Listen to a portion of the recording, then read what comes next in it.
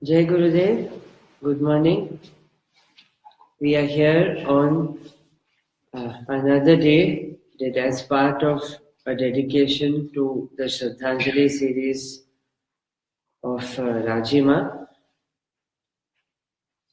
As Rajima herself used to transform so many lives, sometimes through her talk, sometimes through her sheer presence.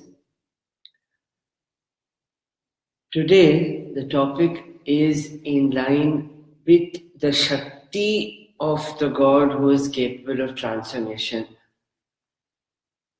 Among all the forms of Shakti that we have, there is a very unique form, which is Devi Durga, worshipped across the length and breadth of the country, whether during festivals, also in general on a regular basis. The very name Durga itself means she who vanquishes difficulties. Durga also means a fortress. She acts like a fortress to all devotees, all sadhakas, all people on the path of sadhana. So if Durga is defined as one who overcomes difficulties and one who is like the fortress, how do the Vedas describe her? In the Vedas we have the Durga Suktam. It starts off by telling Jata Vedas. Jata Vedas refers to the fire, the Agni. So she herself is like fire. Fire has the power to transform, and fire honors the first law of conservation, wherein we talk about energy can only be transformed from one form to another. We have the Bhutagni, or the fire that burns within our tummy, that transforms what we eat into something else. So that power of transformation that Agni or fire has, that is summarized as Jata Vedas, that refers to Shree Durga. Among so many texts that are dedicated to the Divine Mother, we have the Markandeya Purana, in which we have the Durga Saptashati, 700 verses in praise of Durga as to how she was created, how she took avatars, how she destroyed several asuras, and several beautiful compositions, several beautiful prayers in honor of the goddess that describe her virtues, that describe her form. There are beautiful dhyana shlokas. We also have those who don't have the time to do all the 700 verses. Of those 700 verses, 7 have been selected and they are presented as the Durga Sapta Shloki, 7 verses in praise of Goddess Durga. The essence of the Durga Saptashati. There was another composer who was known as Appayar Dikshitar. One of his immortal compositions is the Marga Bandhu Praise of Shiva, wherein he addresses Shiva as a Marga Bandhu, a friend who accompanies you on the journey of life. He has also composed another prayer in honor of the Divine Mother, known as the Durga Chandra Kala Stuti, wherein we talk about how Durga is like the Chandra Kala, that is, she is like the moon that appears right after the dark fortnight of Amavasya. When all is dark, she comes as light. She's like a lighthouse. This Durga Chandra Kala Stuti just summarizes the essence of several texts, the Durga Saptashati as well as from the Srimad Bhagavatam, from the Varaha Purana, all the Puranas, wherever the Devi is involved, it's like it's like a composite source of information that contains everything where Devi Durga was involved. So this Durga Chandrakala Stuti starts off by addressing her by telling Hara Praneshwarim, Praneshwari, she who is the goddess of life, of Hara. That is she who is the Shakti of Hara and she who is the source of strength of the life of Shiva. Hantrim Vibhuda Vidvisham. She destroys all the difficulties, all the negativities, all the challenges that are there across the three worlds. And she is extolled and praised by all the Vedas. So the very first invocation is a general invocation to the Mother Goddess. And then they go on to describe her other feats, her other leelas that she had done, in order to remind us that every time we chant shlokas like this, be it the Durga Saptashati or this Chandrakala Stuti, we are reminded of the fight of good over evil, the temptation between the devil and the angel.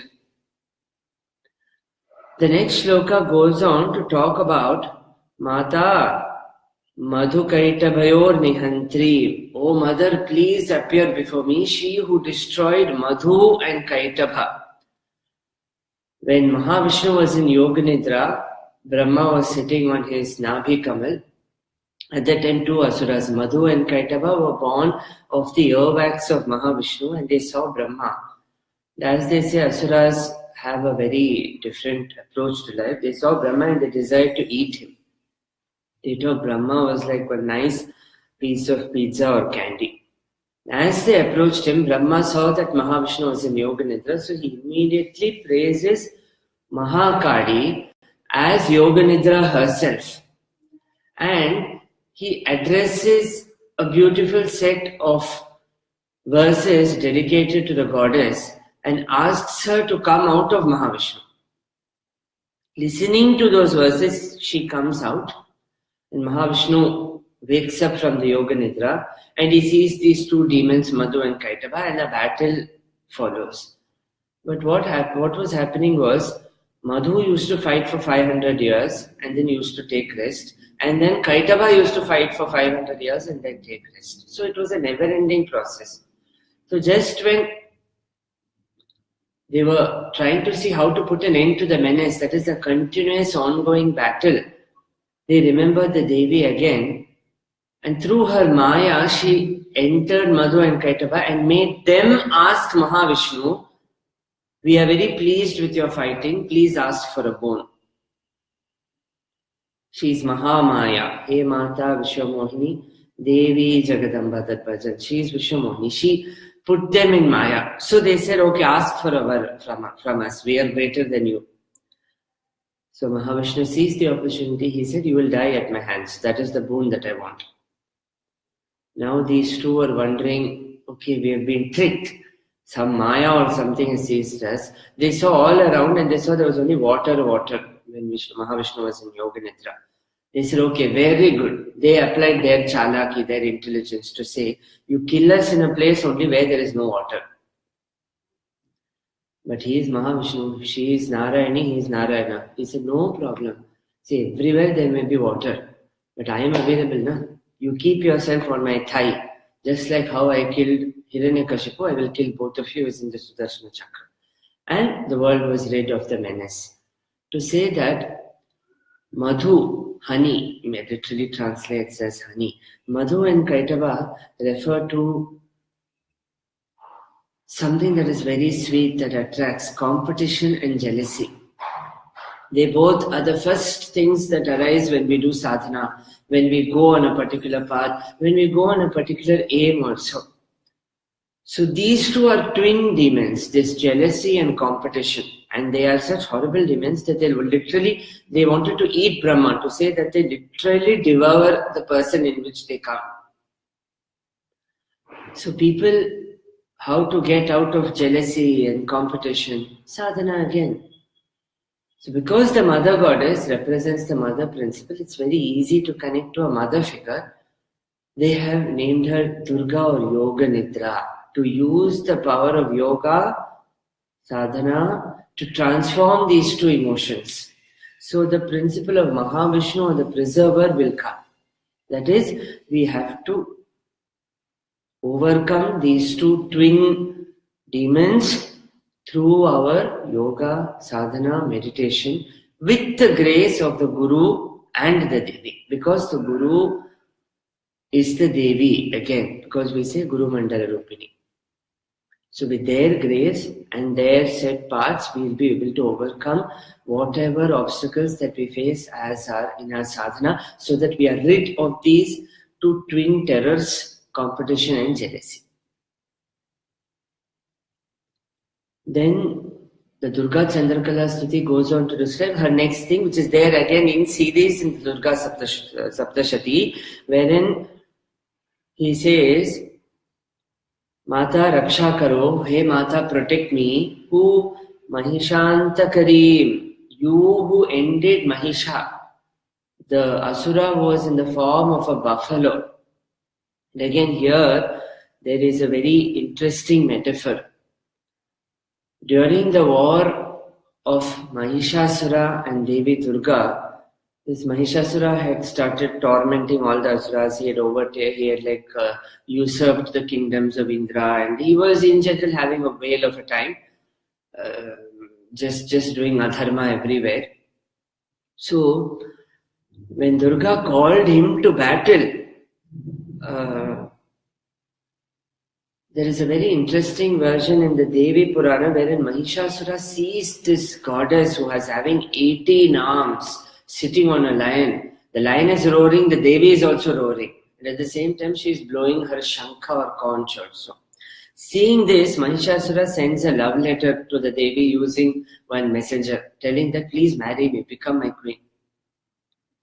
The Devi laughs. In fact, she roars. She roars in her next answer by telling, see, I am wedded to a form of energy which is known as Sadashiva. It is just there. It is not like you, insecure, unsteady. It is always there. You come and fight with me. Baad mein letter exchange karenge. Then there ensues a war between Mahishasura and Devi, wherein first Mahishasura comes in the form of a buffalo, and he is such a huge buffalo that by butting he is able to uproot mountains and trees. He's throwing it everywhere by through his horns.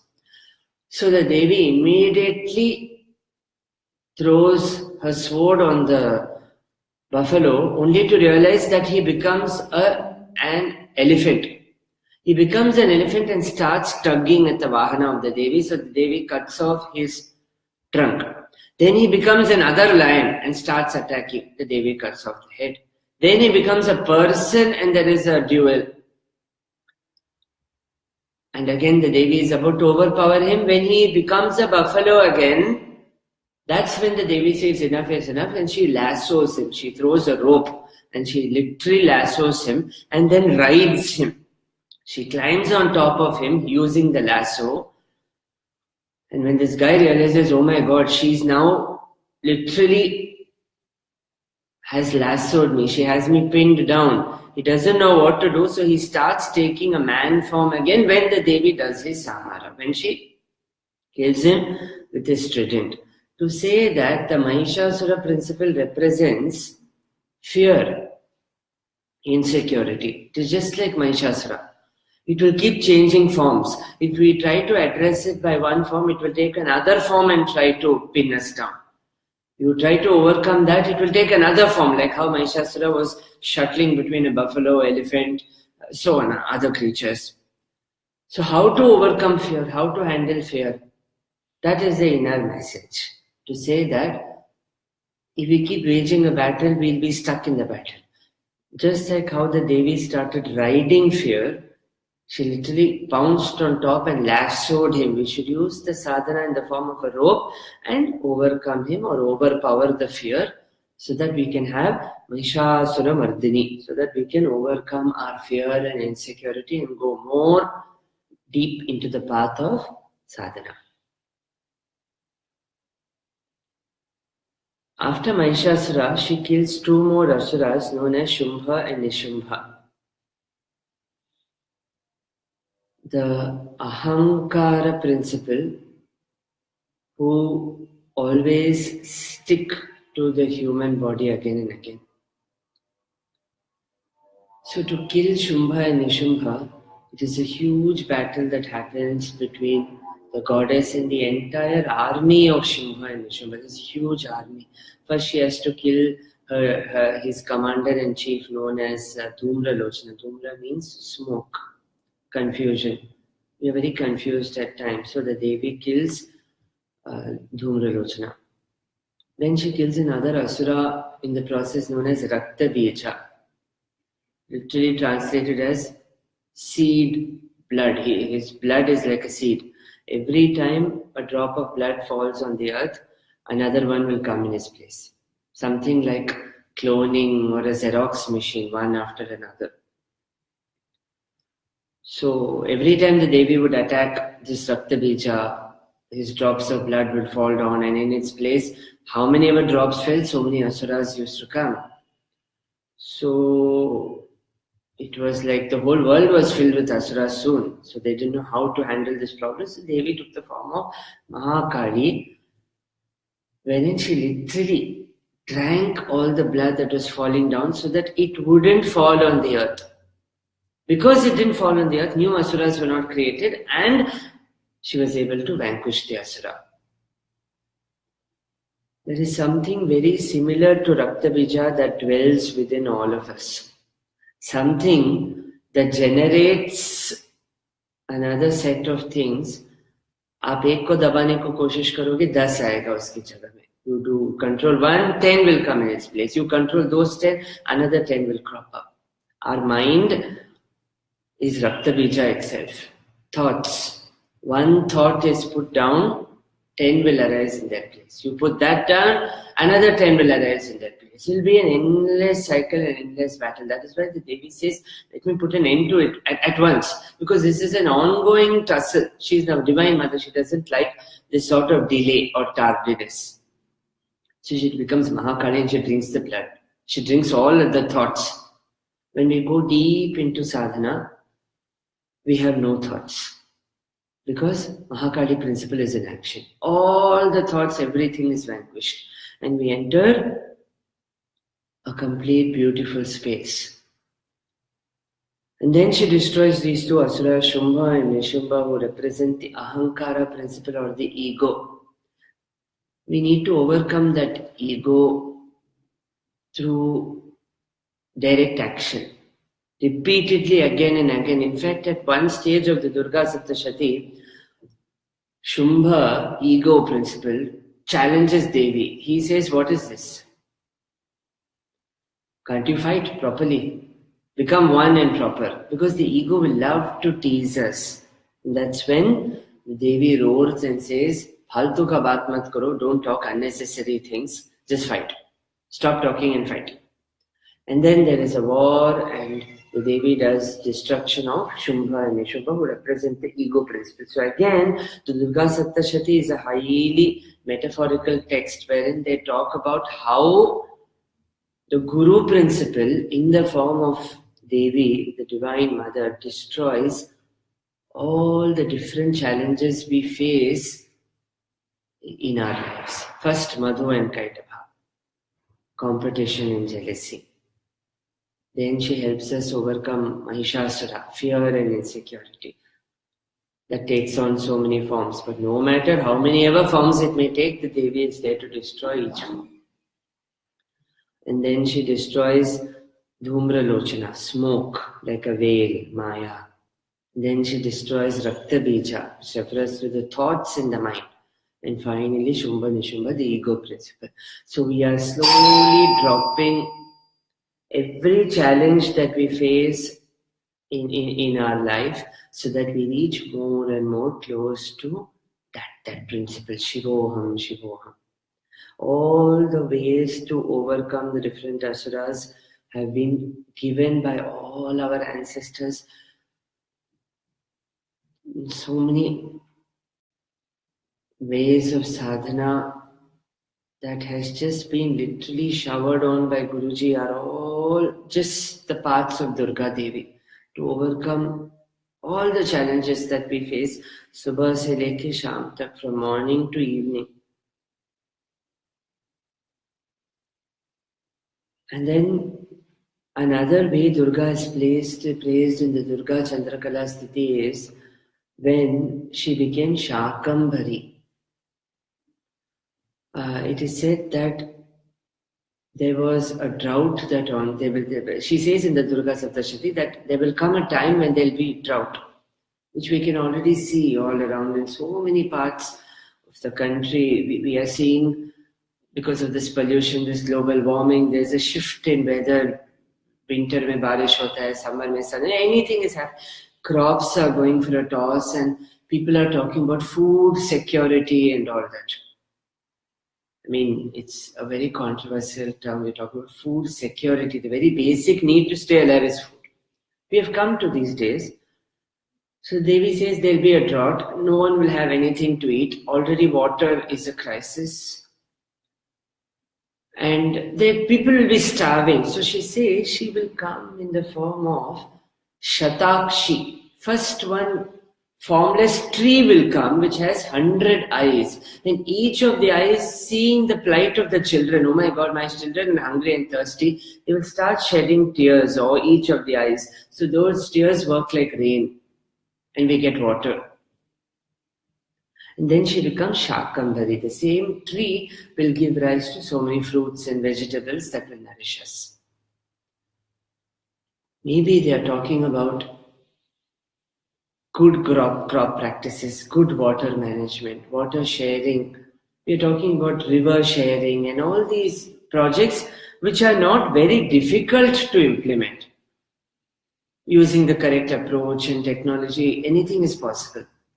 So they have predicted all these things and have written it in our texts that yes, we have to be careful about our water, we have to be careful about our food. All it needs is just good management. It's not even extreme rocket science or something that is difficult to figure out. Because if food is not there, it doesn't show a very good sign of where humanity is heading to, because that's the first. In fact, the Vedas say Annam Brahma. First you eat, then you sit for all your things. In Maharashtra, there's a saying, Pehle pothoba, baad mein vithoba. First you feed this vithoba, the vitthal that is there in the stomach, then you can go and worship vitthal, to say that it is important. So the Devi will come in the form of rain. In fact, towards Tamil Nadu, her name is also known as Mari. Mari literally means rain. She showers as rain. Because if rain is not proper, if it doesn't come at the correct time, we are going to have wrong patterns developing and an aberrant system. So, but with so much seva, so many projects initiated by Guruji, wherein we are talking about river rejuvenation and organic farming, which is again the need of the hour, because farming practices are also very alarming.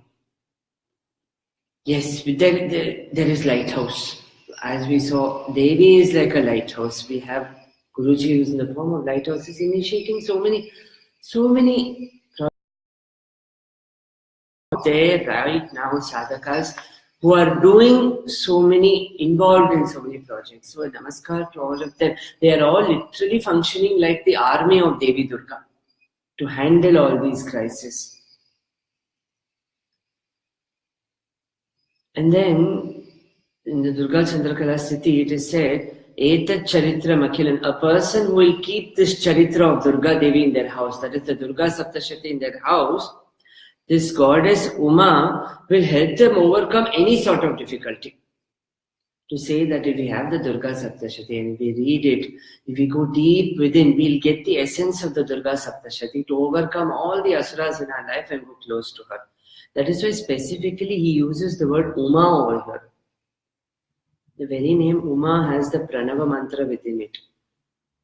U, A, just in different order. A, U, Im ki jagah mein U, Im, A. In this case, because she is the mother, U is first.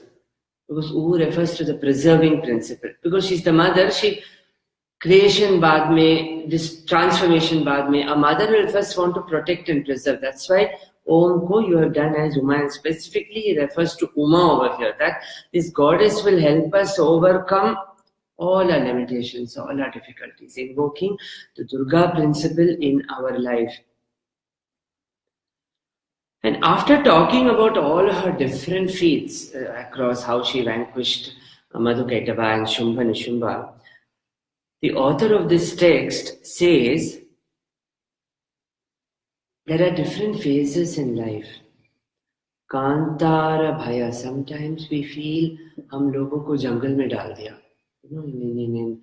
In a dense forest surrounded, we don't know the path. Sometimes in life, we don't know the way. Life seems to have come to a place wherein we feel we are lost in a jungle. We are recreating Jungle Book again.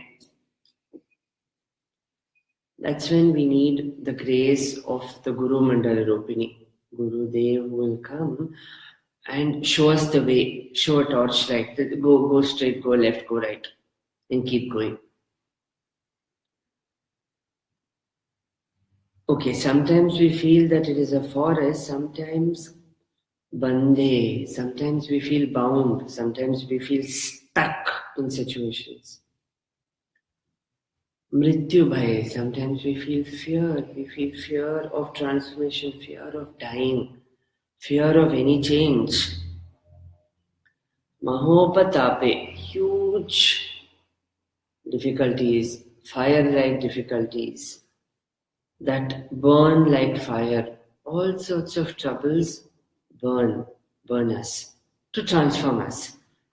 But to undergo that transformation, we need to be very centered in sadhana. So, through all these conditions, that is whether you are bound somewhere, whether you are in a thick forest, whether you are in the middle of an ocean, the entire samsara has been, they talk about samsara sagara. So whether you are in different situations in life, however you are, wherever you are, the Devi, we talk about Jananim Sharanam Bhavani. One of the most beautiful names of the goddess. They say, "Oh Devi Bhavani, I am in your refuge." Bhava is to be. So when Shiva is Bhava, the Devi becomes Bhavani. She, just be, she who is. Because again Gurudev says to live you just need to be. Zyada kuch aise karna nahi hai. So this Devi Bhavani has been invoked to help us overcome all these situations that we face in life.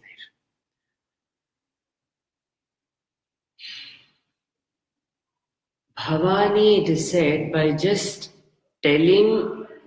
thinking in our mind, "Oh Bhavani, I am your devotee." By just thinking this much, "Oh Bhavani, I am your devotee," it is said that she is so merciful that she will say, "Oh my God, this bhakta is telling, oh Bhavani, I am thinking about you." He or she is thinking about me. It is said that immediately Devi rushes, and what does she give that particular person? The person may not even be a devotee. The person may be anyone. Just kuch khayal aaya jate, "Oh Bhavani, I am your devotee."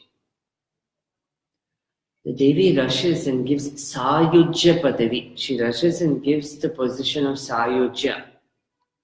Moksha talks about deliverance from the circle of birth and death. Sayujya talks about becoming one with the deity. Sayujya principle is something like in a dish when we add salt or when we add sugar. वो एक हो जाता है with that particular dish that you add.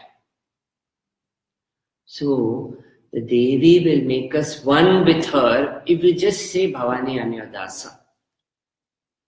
So that is why this particular name Bhavani has been referred to in this particular shloka. That is, she'll help us overcome all our issues. And then another one of a beautiful exploit has been described, wherein there's a love story. Yesterday we all celebrated Valentine's Day with the divine. There was one Asura known as Banasura who had a daughter known as Usha. Now this lady Usha was sleeping and she got a vision of a really handsome guy in her dream, and that set her heart and pulse racing, and she was unable to sleep for many more days. Her best friend Chitralekha suspected something amiss and asked, what is it? She said, I don't know, I saw this guy in my dreams. He's so handsome, I'm not able to sleep. So this girl knew a little bit of Vidya. So she drew the pictures of all the eligible bachelors across the earth, and among one of them was this guy whom they later found out as Aniruddha, the son of Pradyumna, who is the son of Krishna, which comes in the Srimad Bhagavatam. And this lady now knows who this guy is. She's like, please go and bring him for me. So her friend Chitralekha rushes to Dwaraka and kidnaps this Aniruddha and brings him to the kingdom of Banasura. Initially, when Aniruddha wakes up, he's completely flummoxed to see beautiful girls standing in the room in a different room. First he realizes, and then Usha narrates the whole thing. And he also reciprocates her love, but Banasura comes to know of this thing that his daughter has done, like most movies that we see. And then he imprisons Aniruddha. Hearing this, Krishna comes literally with his army. There's a war that ensues between Krishna and Banasura. So it is said, here the Devi was invoked to help vanquish Banasura. Because Banasura was vanquished, it then led to the union of Aniruddha and Usha. To again say that in our love story between the divine and us, many Banasuras will come on the way, who will try to separate us and all that. But through the grace of the Devi, and the Devi who has come in the form of the Guru, they will come, they will help us overcome the Banasura and rejoin our heart and hands with the Paramatma again.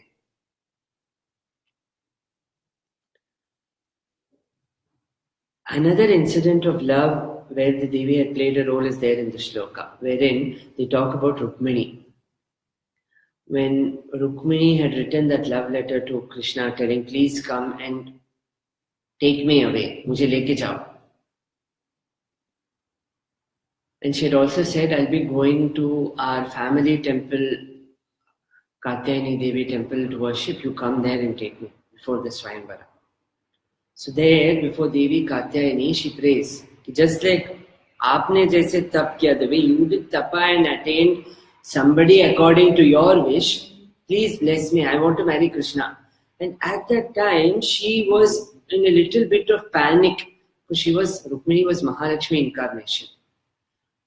When she heard her wedding was to be with Shishupala, in Shishupala she could see Ravana because in her previous avatar, when Bhagwan was Rama, she was Sita, she could remember Ravana had kidnapped her. The whole history was replaying in her mind. So she prayed to the Devi, and at that time Krishna came rushing on his chariot and literally grabbed her by her hands and loaded her onto the chariot in front of all the kings who were assembled in the Swayamvara, a little distance away from that Katyayani temple.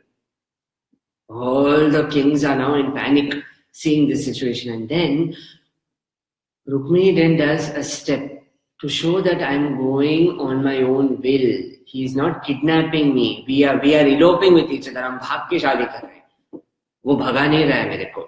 She then takes the reins of the chariot in her own hands to say that, see, I am going. It's my will. I wanted to go with Krishna. To say that if our resolve is strong in the path of sadhana, we will be able to achieve anything through the grace of the Guru. So the Devi's role in love stories have been highlighted, apart from her feats in the battle. And then it is said all the Gopikas had composed this beautiful shloka, Katyayani Mahamaya. They say, Nandagopa Sutam Dehi. Please give me the son of Nandagopa as a husband. They had done 30 days of Katyayani Vrat. And as a phal of doing that vrat, they got Krishna, Narayana himself, to say that any sadhana if you do, you will get the ultimate best. God will give you the best.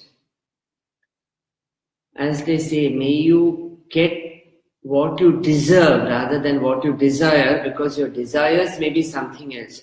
But what you deserve is 10, 20, 100, infinity times more. This Devi Durga, that is why she is known as Durga, the one who helps to overcome our difficulties. Sarvaswarupe Sarveshe Sarvashakti Samanvite. Sarvaswarupe, she has all the forms. Sarveshe, she is everything. Sarvashakti Samanvite, she is the source of every Shakti. Bhayebhyastrahino Devi Durge Devi Namoste. O Durga Devi, please save me from fear.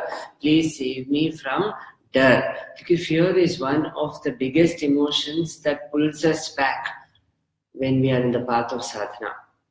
So, Aisi Durga Devi has so many facets to her, so many intricacies, and each of these texts are brimming with such subtle metaphorical meanings.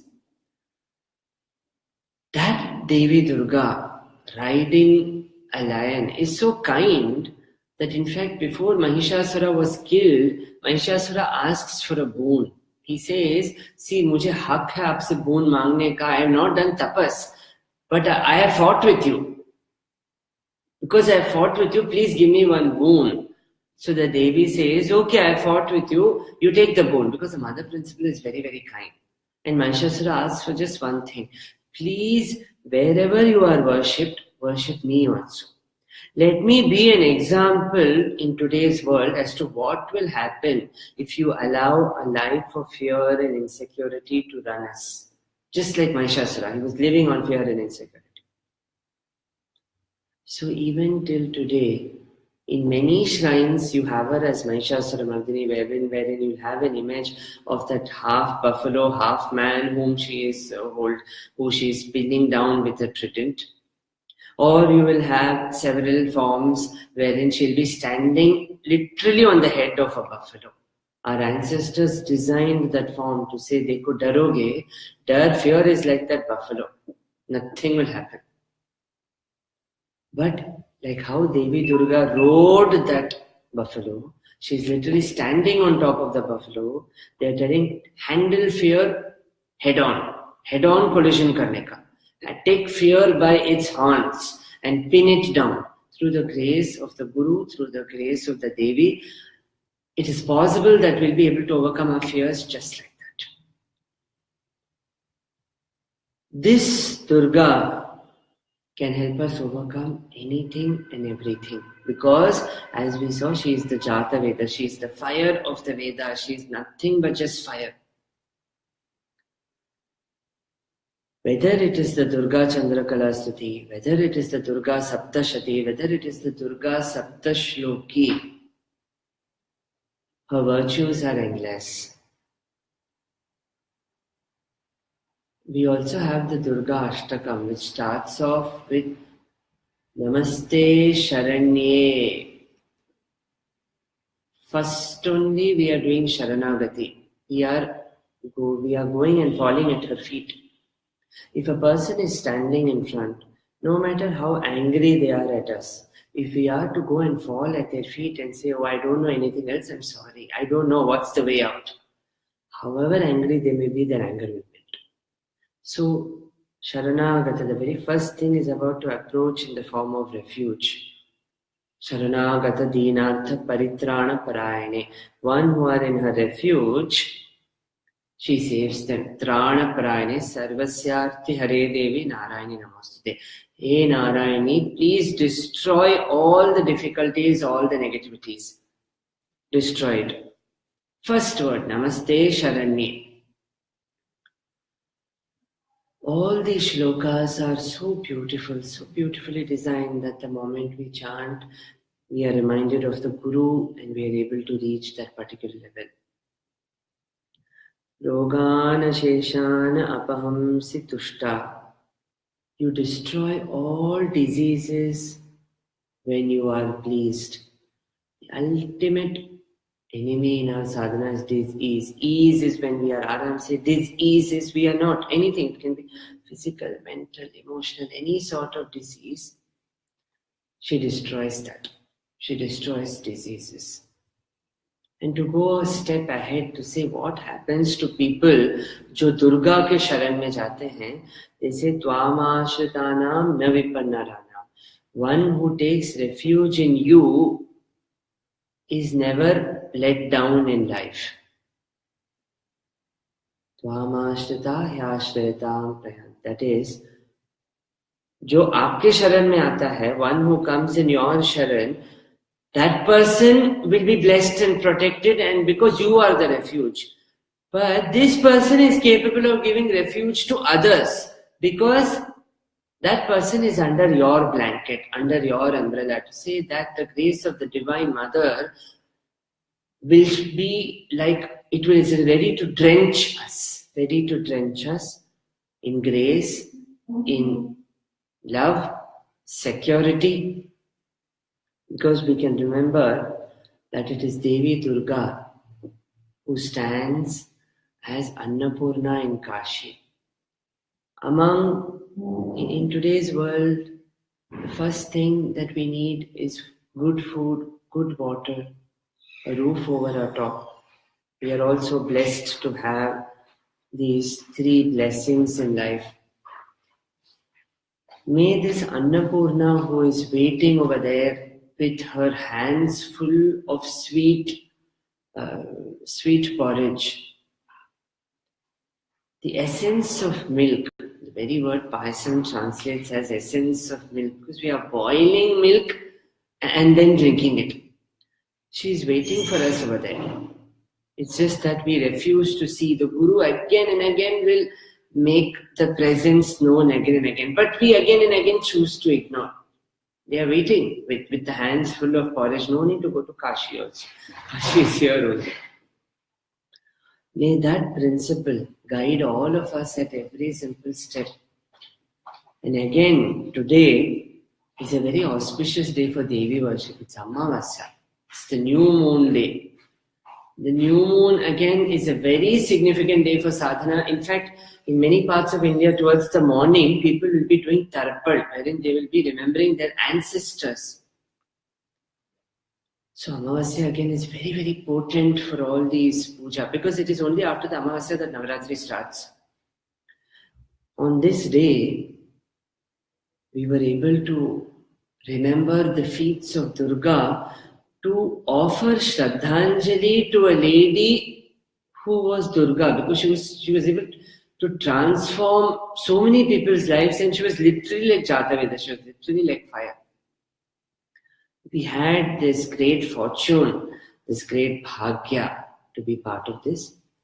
So let us all remember our Guru, our parents, our mentors, and Devi Durga, resplendent like fire with so many arms, holding so many weapons, again each of the weapons having a different significance, riding the lion, the king of animals. The lion may be surrounded by so many animals, hyenas and vultures. One roar he will give, everything else will melt.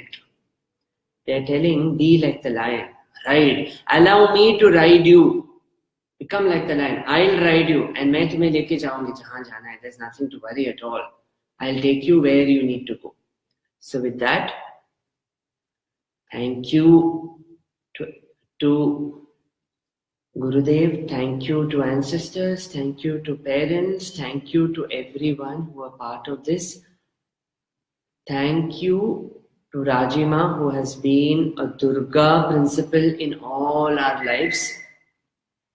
So may all of us have a wonderful day ahead. Jai Gurudev.